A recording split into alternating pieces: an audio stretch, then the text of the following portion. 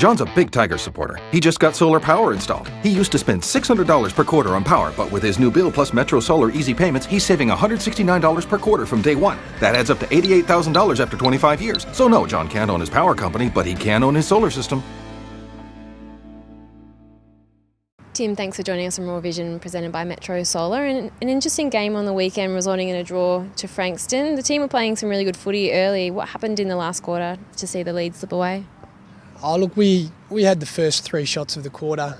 We threw some good play, which was pretty much the theme for most of the day. The team was quite good. We worked really well together, some of the best footy we've played. And to not make the most of those opportunities in the last quarter, to miss all 3 shots on goal.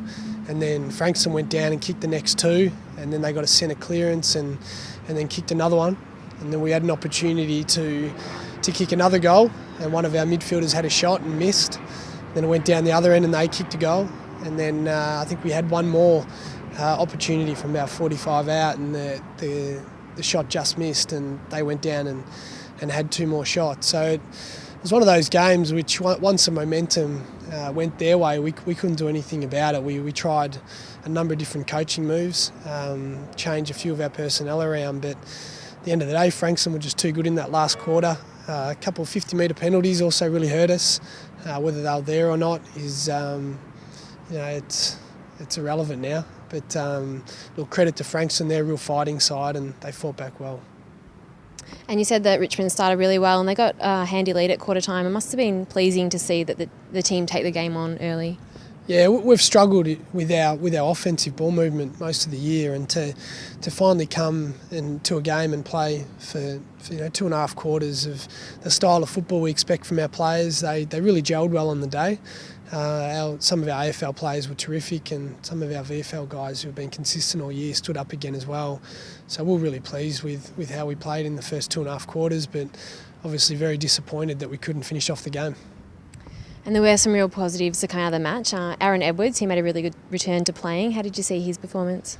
Azza played a role for us through the midfield, which was a little bit different to where he's been playing before he got injured, but he's a very good footballer at VFL level.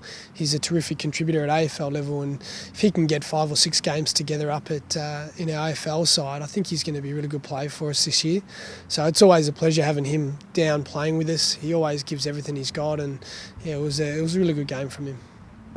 Liam McBean, he started really well and kicked 3 goals for the game. How is he progressing?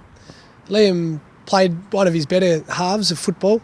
In the second half, he came out of the game a little bit, but his first half was exceptional, and we still need him to keep working on the little basic things that we're trying to improve with him as a player. So if he goes up to AFL, he can really fight and compete with the bigger, taller, stronger defenders.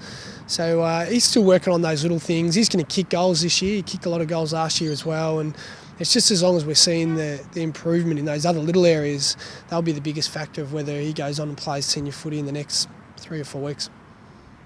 And Ty Vickery also stood up when it mattered, kicking 3 second-half goals. How did you rate his game on the weekend? So Ty was terrific. He played a lot of time in the ruck.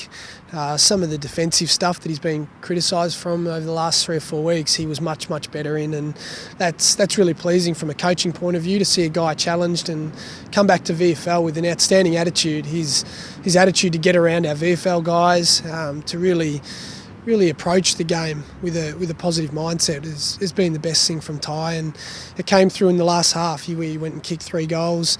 I thought he was beaten in the last quarter by their ruckman, but apart from that, he was good for us. And the team might also get some players back from injury this week. How is Matt D, Caden Williams, Nathan Foley tracking?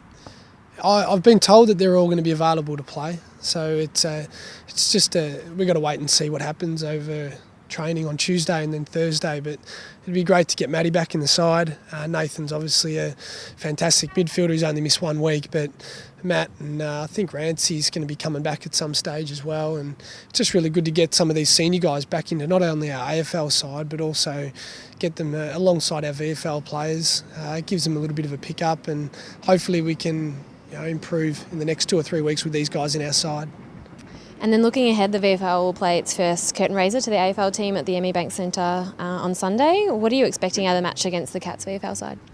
they're a terrific organisation, Geelong. Their VFL team's been competitive for a number of years, along with their AFL side. So I think it'll be a great contest on the field between the two sides. However, I think it's a terrific day for our club, for supporters to come here and watch the game, and then roll over and watch the seniors play over at the MCG. And it's a great opportunity for us to finally play a real game here. You know, it was disappointing not to play a couple of weeks ago when the VFL didn't allow us to play here, but it's exciting now that we've done the work that needed to be done and we can play our first game here. Be good.